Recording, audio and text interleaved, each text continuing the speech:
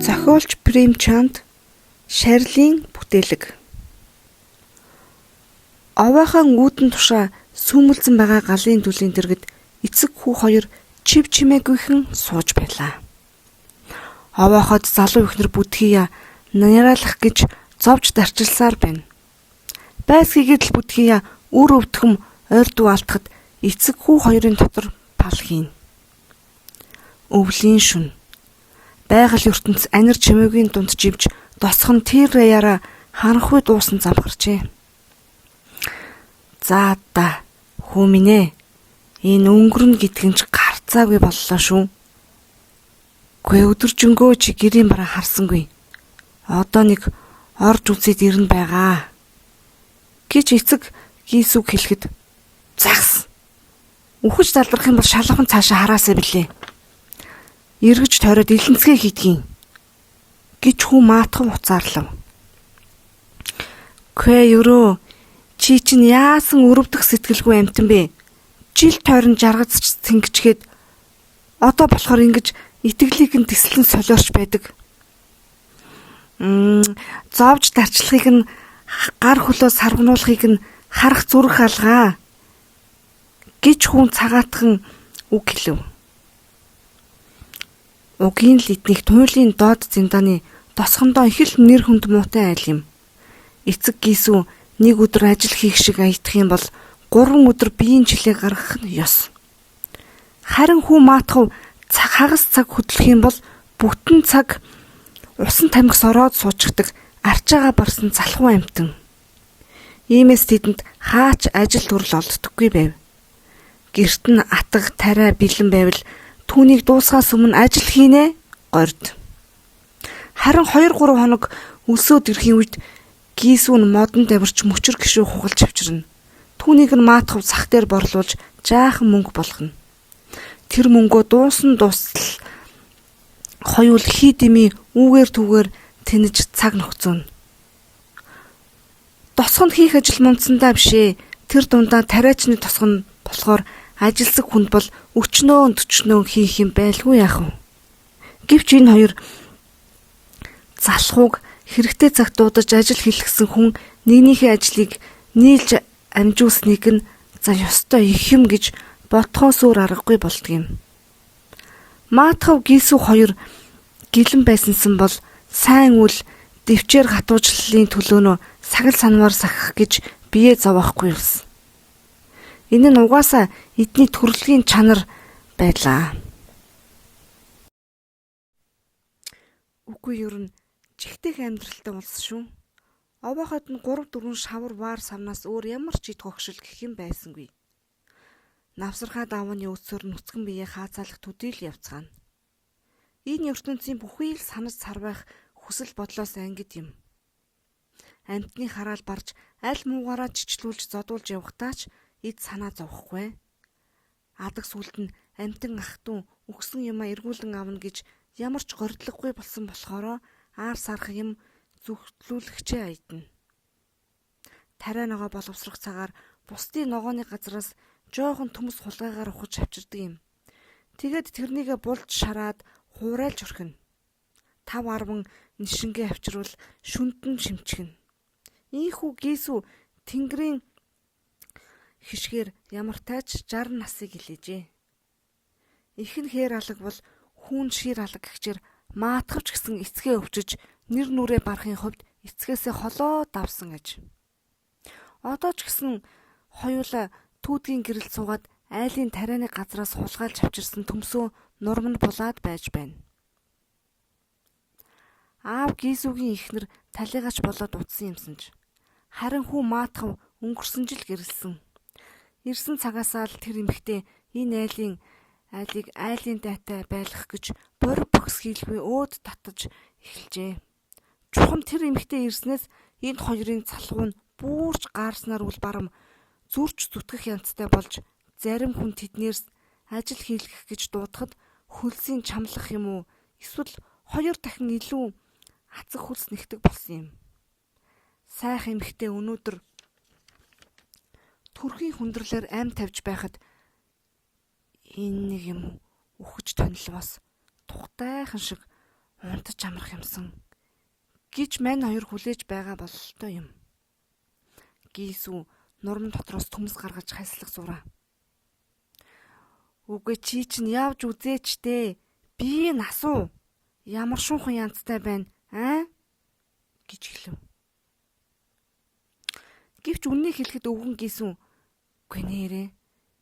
Энэ муу юмд чөтгөр шүүлчих вэ дээ. Үгүй тэгэх юм бол тэрнийг хөөлгөх гэж таринч дуудах хэрэг гарна шүү дээ. Ирсэн таринч доор хайж нэг рупи нэхэндээ гэж айсандаа л хэлсэн юм. Гэтэл маатахын бодол өөр. За бай зөө. Хэрвээ аваахаар руу явж орхих юм бол эзгэн хаагур үгүй аавга хамаг төмсийг минь цөлмөж орхин байх та гэж л айж байсан юм. Тэгээд маатав. Минь тийшээ зүглэхээс айгаад байна. Үгүй ямар юмнасаа айдаг юм бэ? Би энд биш дээ. Тэгвэл та явж үзээд ирэхгүй юм уу? Яанда хүү минь. Ихий чин таалалд өгсөд би 3 хоног дэрэгдээс нь лавл холдоогүй юмдаг. Гэхдээ энэ хүүхэн намайг очих юм бол ичж зовох байлгүй дээ. Нүүр царайг нь бараг хараагүй шахуу байж нүцгэн биеийг өнөөдөр харах юм болж гинөө. За биз хүүхэд чухад гараад ирвэл одоо яадаг юм блэ? Гэрт маань одоо бал бурам, шар тос энэ төр юм юу ч байхгүй. Санаа зовнож өр өвдөж сундаа аав минь гэж маатхан өгүүлсэнд бүх юм аяндаа бүтнээ хүү минь. Тэнгэр бурхан ч хайрлна. Өнөөдөр бидэнд гар сарвах сохор зоосч өгөхгүй байгаа энэ амьтад маргааш дуудаад рупи өгнө. Би 9 хүүхэдтэй байлаа шүү дээ. Гэрт маань бүр юу ч байсангүй. Тэгсэн харин бурхан тэнгэрийн ивэл золгүй явдал зовлон гунгаас минь ангижруулж өгсөн юм да. Гэж Гийсүү хэлв. Өвгөн жирийн энэ үг хинт ч тийм гачирхалтай бишээ. Тарианы газарт өдөр шөнөгүй зүтгэдэг тариачны байдал энэ нийгэмд хойрог. Гийсүү тэрний хүн маатах хоёроос аль ч талаараа нэг их дээрдэх юмгүй бөгөөд ийм нийгэмд игэл тариачдыг овжин ашигладаг хүмүүс л аятайхан аж төрж байна уу да гэлтэй. Тосгоныхон дотор арай ухаантай нь Гийсүү гэж хэлж болохоор байсан. Учир нь Гийсүү хар хөлсөн урсхан ам зууж талхаа олохын оронд хий хоосон сэлгүүцгчдийн нөхөрлөл багтан орохыг эрхэм болгож байсан юм. Үнэн дээр Гийсүү бэлдээ хүн болох буюу зарим нэг лөөвөрчтөн этгээдийн адил аливаа ажил хэргийг толгойлон хийх чадваргүй байсан юм. Тийм ч учраас энэ өвгөн гуйлагчинг тосгоныхон илэг дог хийдэг байлаа. Хоёулаа болсон төмсөө гаргасаар ам хамраа түлх шахан идэж гарлаа. Өчигдрөөс хойш хилэн дээрээ юу ч тавиагүй хэлэхүү халуун төмсийг хөргөж идэх тийм төвчээрч байсангүй. Хэдэн удаа мань хоёр хилээ хариулчихлаа. Булсан төмсний хальсыг арилгахад гадна тал нэг халуун байдаггүй. Мөртлөө нэг сайн хазаад авмагцал дотор халуун нь хил тагнаа хоолоом шатаачих шигдэг. Тэр хадсан хэсгийн амандаа өнхрүүлж байсаас бушуухан шиг л хоолой давуулахаас дээр юмгүй шиг. Хоолойн цаад руу орж л байвал халуун төмсийг хөргөчих юм тэдэнд байх учраас эцэггүй хоёр түргэн залгилна. Ийхүү залгих тоолонд нүднээс нулимс өөрийн ирэхгүй гарна. Энэ үеч Гийсүүд 20 жилийн өмнө таагүрийн хуримд очиж байсан нь гинэт санагдав. Тэр найрт очсон нь Гийсүүгийн энэ насандаа дурсаж явах сэтгэл тэнээлгэм ганц сайхан үйл явдал болон үлдсэн юм. Өнөөдөр ч гэсэн тэр дурсамж бүр саяхан болсон юм шиг санагдана. Гийсүү гүлрэн. За та. Тэр цагаас хойш одоо тэрэн шиг сайхан цог таарлцсангүй дээ. Тэгтлээ гэж гарч үзсэнгүй шүү. Санааны мухраас юур гардгүй юм. Тэр бэрийн талынхан очсон бүх хүнд гизгийг нь цодойтл, гизгийг нь модойтл бин идүүлсэн шүү дээ. Бүр шар тосных байсныг яана.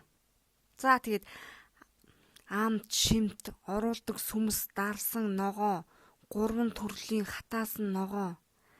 Айда, ногоотой шүл тараг цагаа, тансаг амттан аль бүгдийг тоочж барах вэ?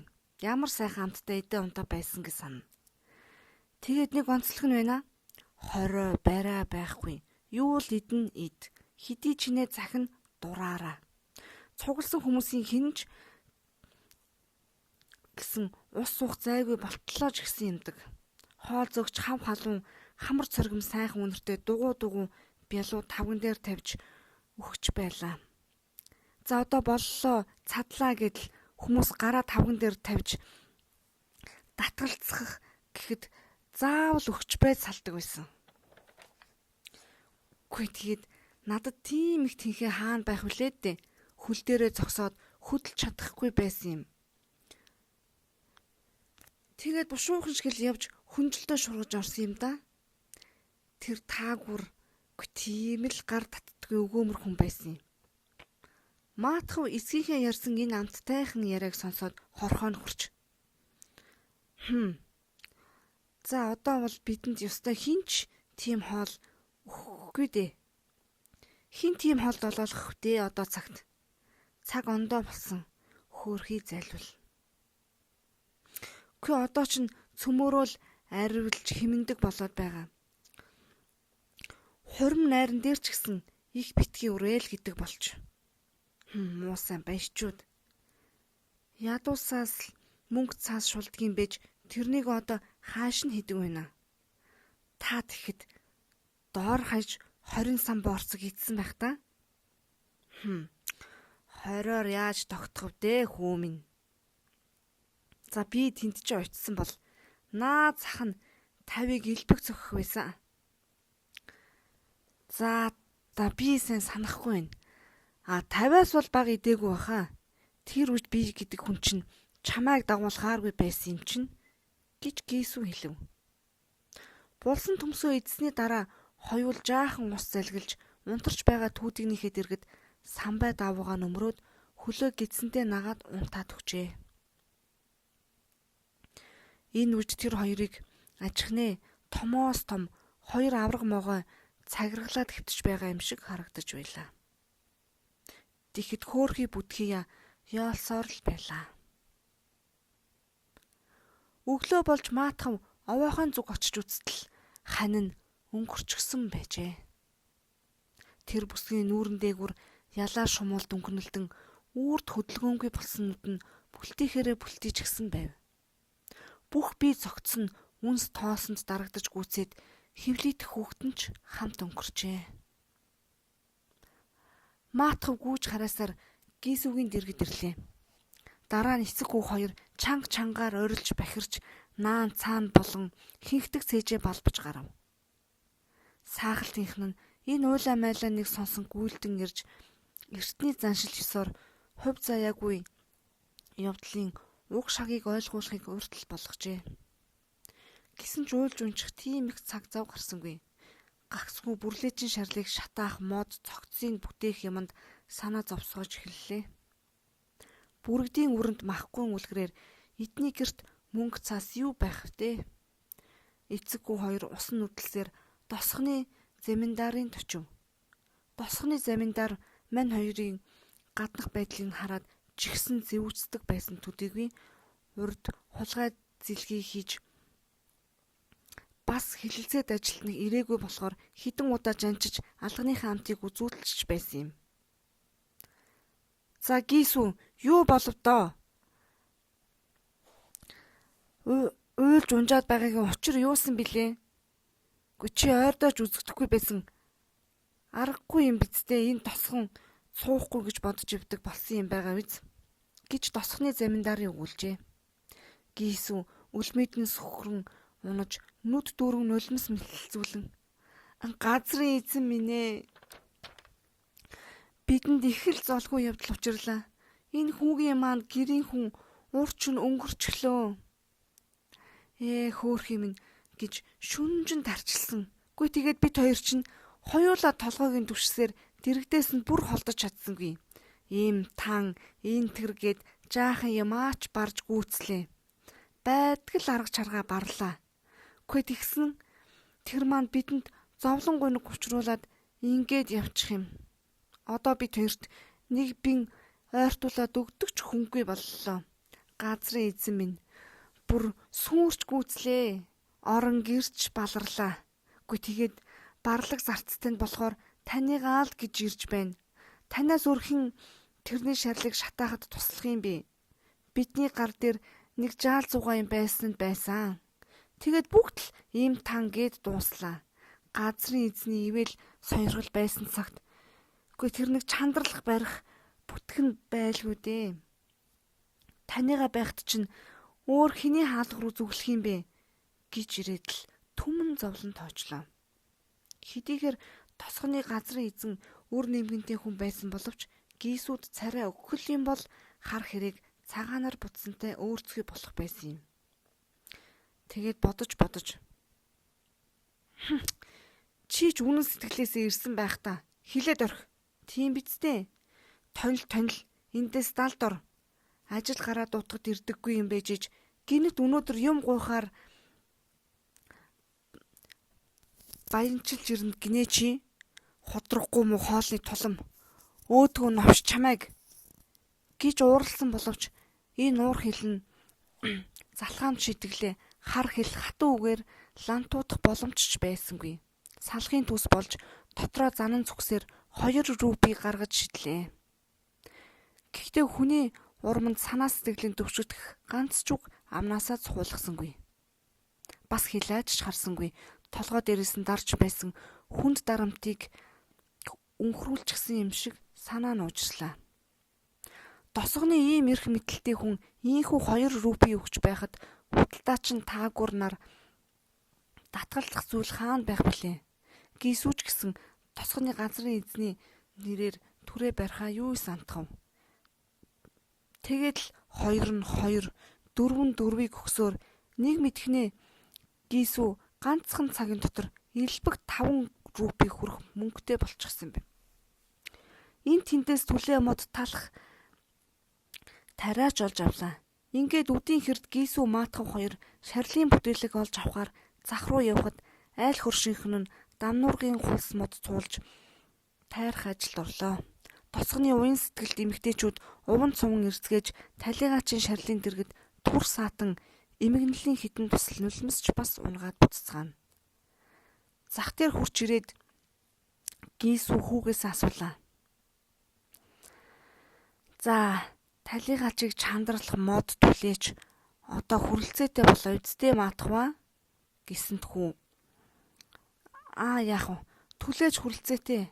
Одоо харин нөгөө хүүрийн бүтээлгэл хэрэгтэй байна да аав минь. За, явж үзье. Яах вэ? Үн хямдхан шиг бүтээлэг олж лавъя. Хилээд яах вэ аав минь? Хүүрийг аваад явтал барагч шүн болох байлгүй. Тэгээд харанхуй шүн тэрний бүтээлийг хин л харааж. Үгүй нэрэ амьд сэрүүн байхад нь энэ би орох давуу олдоогүй байтал өгсөн хойно шинэ бүтээлгээр бүтэн гэдэг яасан бүтүүлгүй тийм ээ? Тийм шүү. Бидэнд үлддэгсэн бол өөр хэрэг. Үгүй тэгсэн тэртээ тэргүүл тэр чин хүүртэнд хамт шатаагдсан биз дээ. Амьд сэрүүнд нь энэ 5 рупи олдсон бол үгүй эн чин ийм тан авсан бол аштай юу да? Тийм ээ. Эцэг хүү 2 харилцан ам ангайх тоолондоо би биенийхээ бодож санаж явааг дэмжиж байлаа. Мань 2 орой болтол цагаар сэлгүүцв. Төрөл бүрийн даавуу торгоны дэлгүүрээр орж гарч даавуу шаавуу торго дурдан хөвөн нэхэмлийн зүйл бишгүй дээл үтсэн боловч үгүй нэг л санаанд нь тохирох юм олдсонгүй. Тэгтэл ямар зориг орсон бүү мэд эцэг хүү 2 архины гуанцны өмнө ирж хизээ язааны сурсан цацсан юм шиг босгод авч ороод өвдөн тушаа түр зур тэнэгэлсэн жаахан цогсов. Гийсүү лангууны дэргэд очиж худалдаачин гас. Ганц шил арх өгөөдөх гэв. Тэгээд хоёул сэхэвчин сууж хүйтэн зууш шарсан загас цохиж авчруулад аажуухан шиг ууж идэж гарлаа.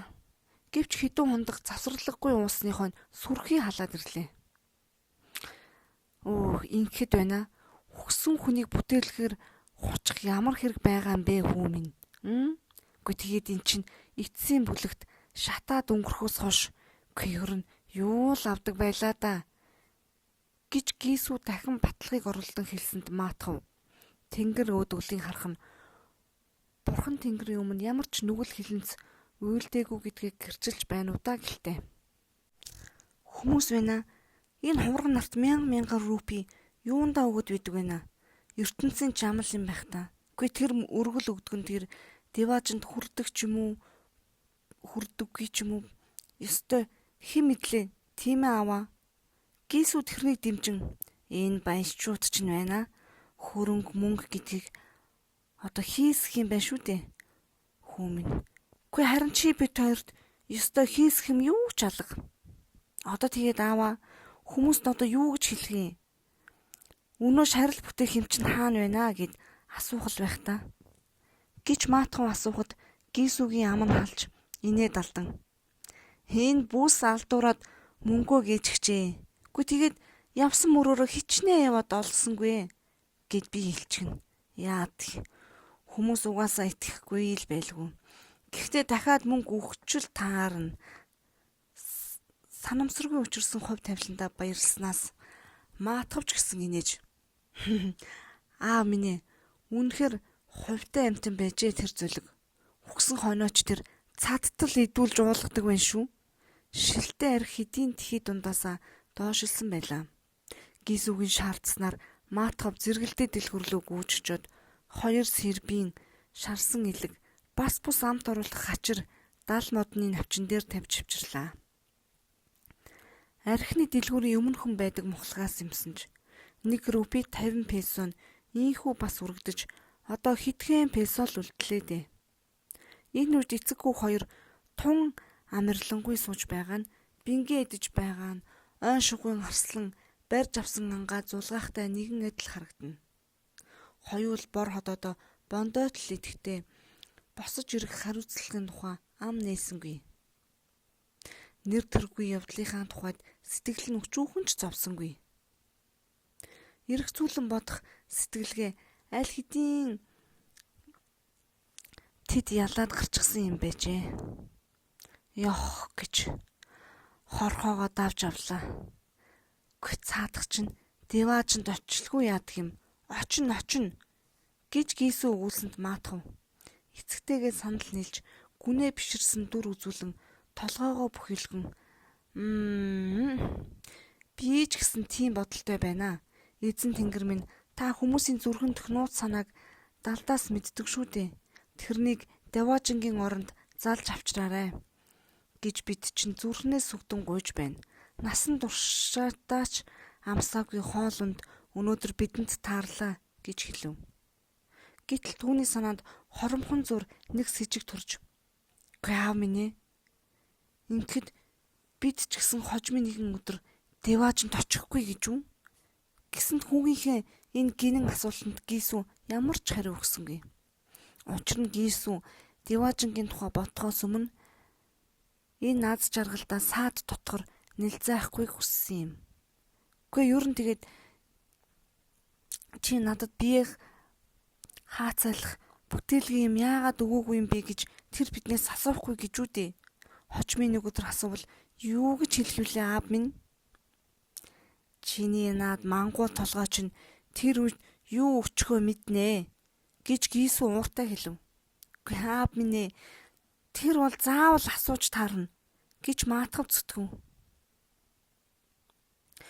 Үгүй чи ер нь тэрэнд бүтээлэг олж чадахгүй гэдгээ яаж мэдээд байгаа юм бэ? Үгүй чи одоо намайг 60 жил ертөнцид өвс сулгааж явсан тэнэг илжиг шиг санаад байна уу да? Үгүй шүү хөө. Тэрэнд чинь байна. Бүтээлэг олдоно. Олдохтой бүр хамгийн сайныг нь. Хүү Маатхав нэгэнд итгэсэнгүй. Үгүй тэгээд хаанаас олох юм бэ? Хамаг мөнгөө бид ууж идчихлээ шүү дээ. Би тэрнийхээ толгойтой үсний хагалбарт шунх сэндүр түрхсэн хүн шүү дээ. Гийсүүн улам шатаж. Үгүй цаадад чинь бүтээлэг олно гэж байхад чи өөр яалах гээд байгаа юм бэ? Үгүй аав минь тэгээд хийн олж өгөх юм бэ? Та хэлээд хэлдэ. Өнөөдөр бидэнд мөнгө өгсөн өнөө хүмүүс л үгэн шүү дээ. Харин энэ удаагийн мөнгө бол бидний гар дээр ирэхгүй. Ингэж тэгсээр байтал харуй буруй нөмөрч оддын жирвэлзээ улам тодрон цэнгэний газрын хөл хөдөлгөөнч ихсээд ирэв. Зарим нь орилон дуулахнаа айдаж, нэг хэсэг нь бахтан онгорч, бас зарим нь найзан дундаа хүзүүлцэлдэж, өөр зураа хундгаа сольж тулгацгаана. Энтхийн агаар нь хүртэл согтчихсан юм шиг санагдана. Тэгээд ч архинаасаа агаар нь тэднийг илүү согтоож байлаа. Хичнээн ч хүн энд ирж балга тагшин согтож байсан бол доо. Амьдралын гуниг зовлон тэднийг энд дуудаж авчирсдаг байх.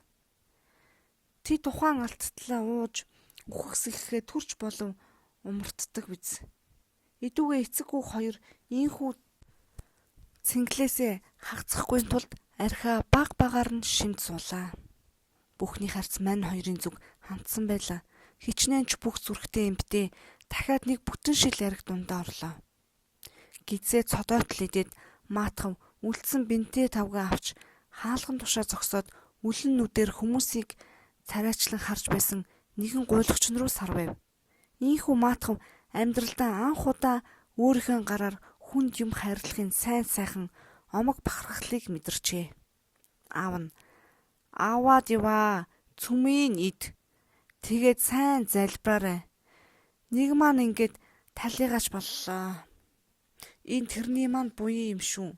Чиний ивэл сойрхол тэрэнд маань хурч очих байхаа. Сайн залбир. Энэ мөнгө бидэнд тунч бэрх олдсон юм шүү гэж Гисүү гуйлагчинд хэлсэнд маатхав дахиад тэнгэрлэн үлийн ажиглаж өгүүлрэн. Мэдээжийн хэрэг тэр маань Деважинд морилно. Деважингийн хатан хаан болж төрнөө. Гисүү босож согссноо хид алхаснаа үлгэрт гардаг аз жаргалын далаад яваа юм шиг догдолж хэлээд яах вэ хүмүн? Деважинд тэр маань очихдоо л очино хөөх юм гэж хэнийг ч зовоож тарчлаасангүй, хинд ч дарамцаад учруулсангүй. Үхэн үхтлэл бидний амьдралын хамаг цэнгэл хүслийг бүрэн гүйцээж өглөө шүү дээ. Хэрэг тэр л Деважинд очиж төрөхгүй юм бол ядуусыг ичгүүр сонжуургүй балбаж тэр нүгэл хилэнцээ багсгахын тулд ганг мөрөн дугаал үлдэж сүм хийдэд дахил өргөдөг тэр бүдүүн гэдтэй баячууд очих болж гэнэ үү гэж хэллээ. Гэвч хитрхи согтуурлын шинж тэмдэгтэлтэй сэтгэл санаа нь гинт хувирж гуниг гутрал тавтлаа. Аава хөөхи тэр маань ёстой амьд ахуй насандаа үүлээ эдэлж үсээ тоолсондоо хичнээн ихт арчилж өнгөрөвдөө гэж маатхан өгүүлээд нүдээ гараараа таглаад мэгшин уйлж гарав. За уйлаад яах вэ хүмүн? ертөнцийн зовлон гогоорч чөлөө учрал олсонд нь баярлах хэрэгтэй. Одоо тэр чин гай барцтаас үүрд ангижрлаа шүү дээ. Зовлонгийнх нь гинжиг ийм түргэн таслана гэдэг чинь их хувь тавилан шүү гэж Гисүү хүүгээ тайлгаруулахыг оролдоно. Тэгээд хоёулаа босож согсоод хуурамч юм чи нүдээ юун дээр вэ? Хуурамч юм гэдэл дуулж эхлэв. Хүлчүүрхсдийн хараа эцэггүй хоёрын зүг хандсан байлаа. Тэгээд дараа нь эцэггүй хоёр бүжиглэж гарлаа. Өсөрж, харайж, унаж, тусаж, атгнаж, бүр айлгүйдчих үзлээ. Ахуй зовлонгоо тооцолж, алиалж, жүжиглэж үзлээ. Адаг сүлд нь хит согтуурсаалаасаа болоод дороо хөсөр унцгаажээ.